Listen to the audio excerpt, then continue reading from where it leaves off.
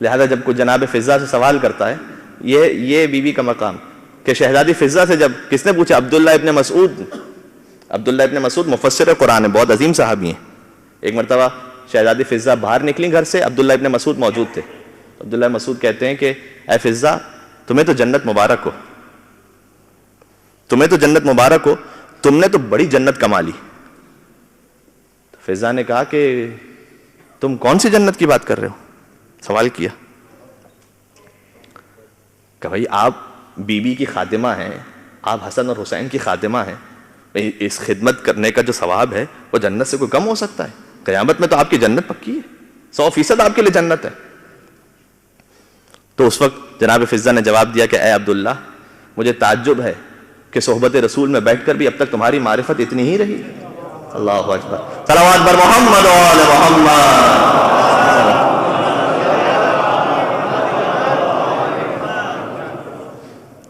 کہ تمہارے اب تک معرفت اتنی ہے؟ کہ کیا مطلب؟ میں نے کوئی غلط بات کہی؟ آپ کنیز فاطمہ زہرا ہیں تو آپ کا مقام تو یقیناً جنت ہے. کہا اے عبداللہ، وہ جنت تو بات کی بات ہے، اس جنت کی کیا حیثیت ہے؟ میں تو اب اس جنت میں ہوں کہ جس میں فاطمہ زہرا رہتی ہیں.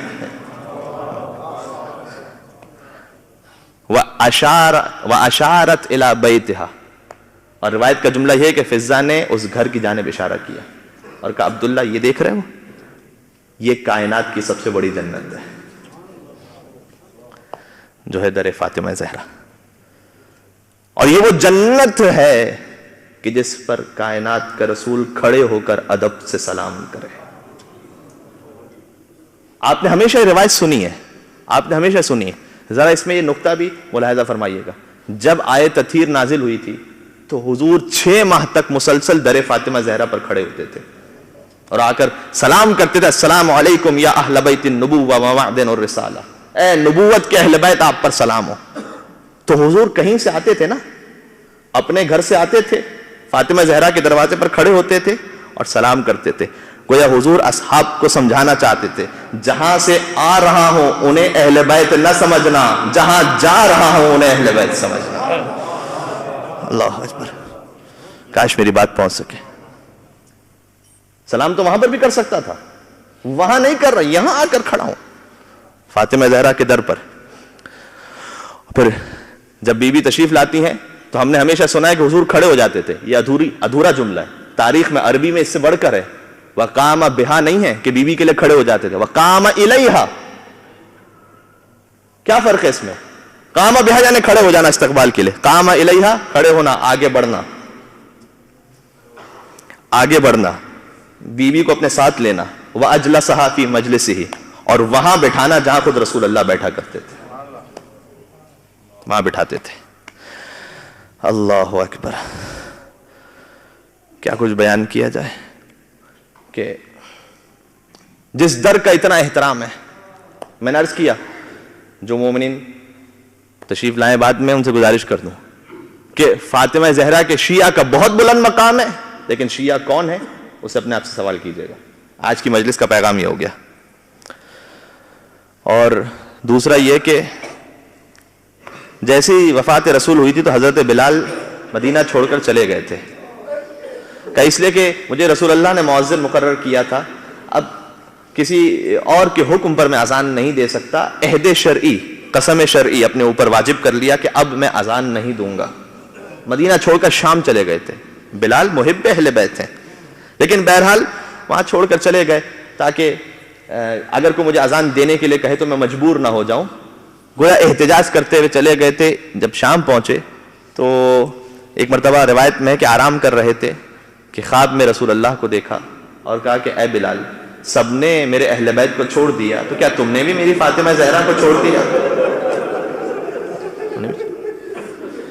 بلال اچانک بیدار ہوتے ہیں، کہتے ہیں یہ مجھ سے کوئی بہت بڑا غلط کام ہو گیا کہ میں مدینہ چھوڑ کر آ گیا. رسول مجھے حکم دے رہے ہیں کہ دوبارہ مدینہ جاؤں. لہٰذا پھر سے سفر باندھتے ہیں، شام سے پھر مدینہ تشریف لاتے ہیں. مدینہ جب پہنچے تو اب ظاہر ہے کہ وہ بلال کی جو اذان تھی وہ تو مدینہ والوں نے نہیں سنی تھی، تو مدینہ والے منتظر تھے. اذان میں وہ لطف نہیں ہے، وہ رقت نہیں اذان میں. جیسے ہی مدینہ میں داخل ہوئے ہیں تو پہلے شخص نے دیکھا کہ بلال تشریف لے آئے. پورے مدینہ میں خبر پہنچا دی گئی کہ مؤذن رسول واپس آ گئے، مؤذن رسول واپس آ گئے. اور سیدنا بلال یعنی ہمارے سردار بلال اس کی صدائیں گونجنے لگی. مدینہ والے تو بلال کو سردار کہہ رہے تھے، لیکن بلال مدینہ میں چلتے ہوئے پہنچے در فاطمہ زہرا پر. حسن اور حسین نظر آئے. حسن اور حسین کو ایک کو اپنے دائیں شانے پہ بٹھایا، ایک کو اپنے بائیں شانے پر بٹھایا.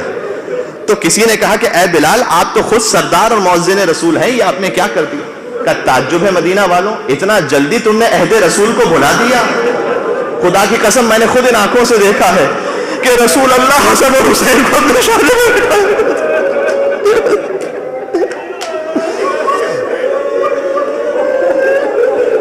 کہ یہ تو بلال کے لیے فخر کی بات ہے کہ حسن اور حسین میرے شانے پر بیٹھے ہوں.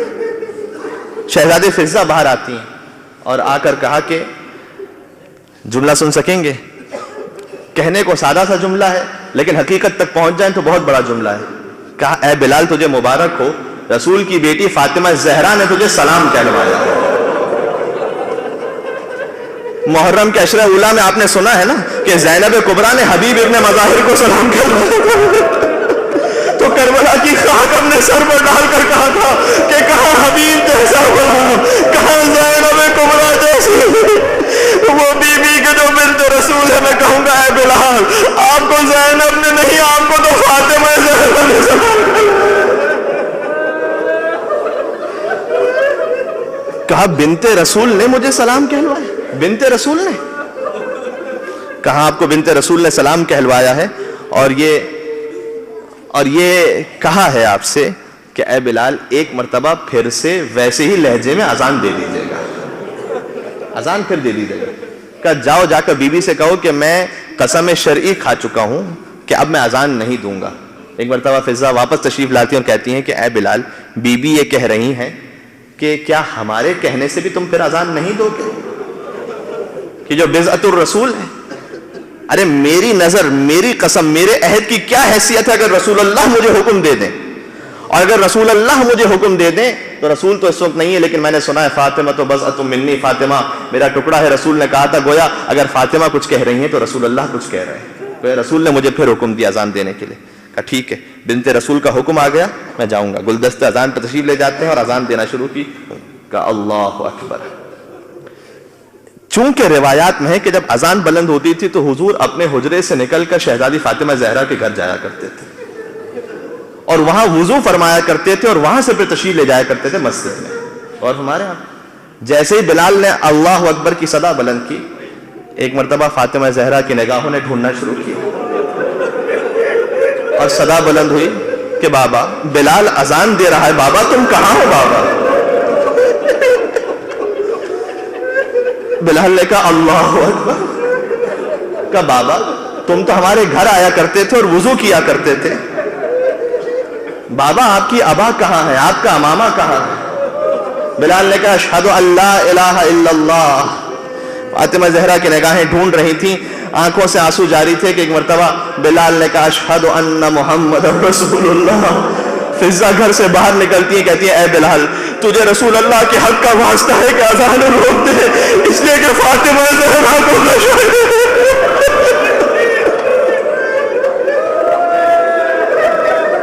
فاطمہ زہرا کو نشہ گیا ہے. ایک جملہ کہوں گا اور پھر میں شہادت کی طرف جاؤں گا. میں کہوں گا اے بی بی یتیمی کے بعد آپ نے بابا کا نام سنا، یہ آپ کا مقدر ہے، لیکن آپ کی پوتی سکینہ بابا کا نام لیتی ہے. کوئی تماشے مارنے والا، کوئی کوڑے لگانے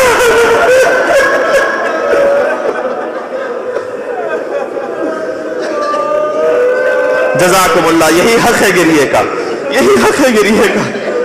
میں نے آیت اللہ گل پائگانی کا جملہ پیش کیا تھا جب فاطمہ زہرا کے مصائب ہو تو 12 کے 12 امام موجود ہوتے ہیں.